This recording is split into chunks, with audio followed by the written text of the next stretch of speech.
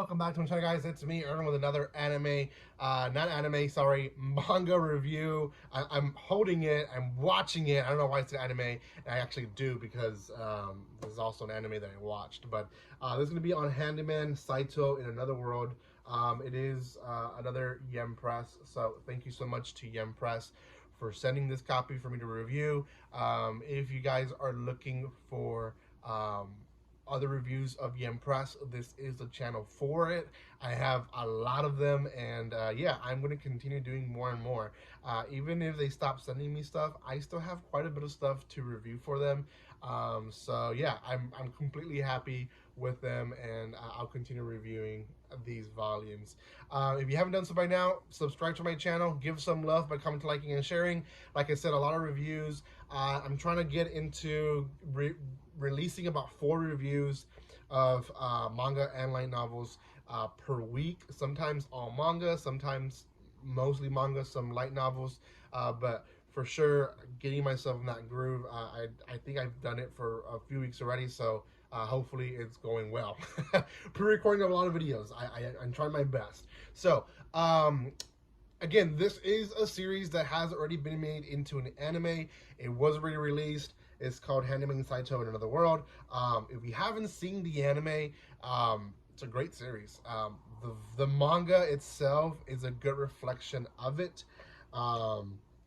It does kind of end at the Great Labyrinth being expanded, and them basically exploring it with all the other explorers. And we have, by they I mean these 4 main characters. Now, Saitou is our main character. He is isekai. He is sent to this other world, and essentially in his previous world he was a handyman. He did every odd job that you can think of, but very much like most handymans in this world, he finds himself in this complex of not feeling like he's good at anything. So jack of all trades, master of none, essentially. And he's in this world. Obviously his handymanness comes into play, and a lot of people really enjoy it, and he falls into this group. Now this group is called is made of 4 people. Him, Realsa, who is a strong warrior. She is the girl right here. She basically is very self-conscious of herself, but she has a pretty deep story. The anime does a good job explaining it. We don't get a lot of it in this volume, but she has a good story.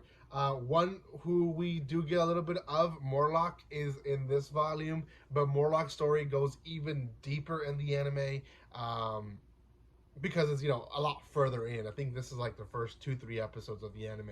So, but Morlock, very main piece to the story, is not really shown as in the volume, which low-key I enjoy that, because in the anime they do a really good job in kind of give you context of showing you like, hey, this is going to be an important character, don't just put him to the side. And the manga doesn't do that, and I feel like if I would have read this without watching the anime, I would have been completely surprised about his story. So great character.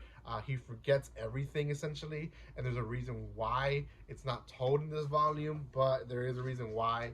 And basically he's portrayed as a useless mage who just happens to be very strong, and whenever he does remember his incantations, he's very useful.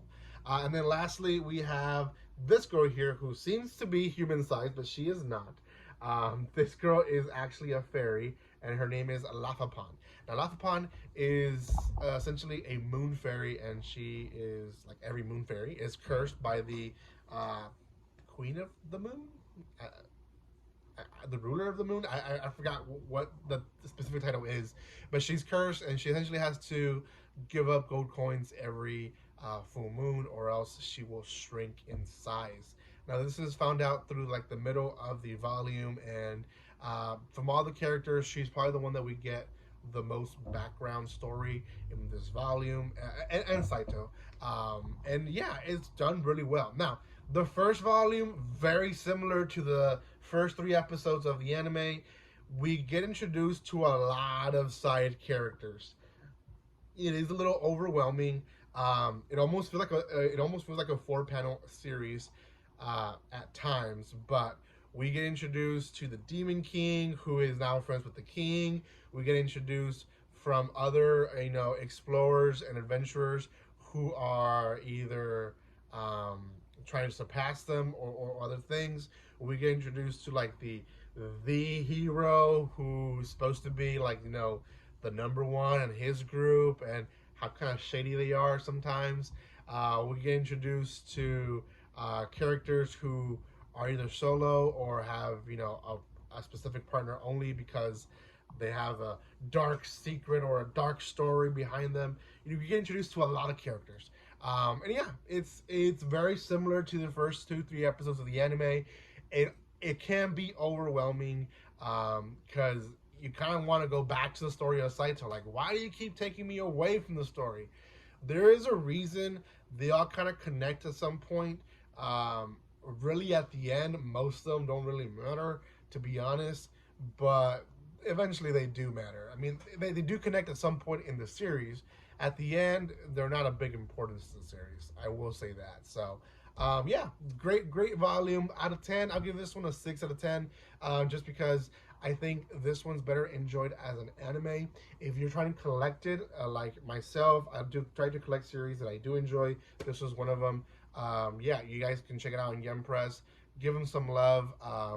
There is a link in the description below where you guys can buy cheap manga, light novels, and even anime. So go check it out in the description below. Thank you guys so much for watching this. If you're watching this through YouTube, make sure you like, share, and comment. If you're watching this through other means of media, then make sure you guys follow me there on Twitter or on Instagram or TikTok. So thank you guys again for your love and support. Make sure you check out my other videos, and like always, don't be strangers. See you guys.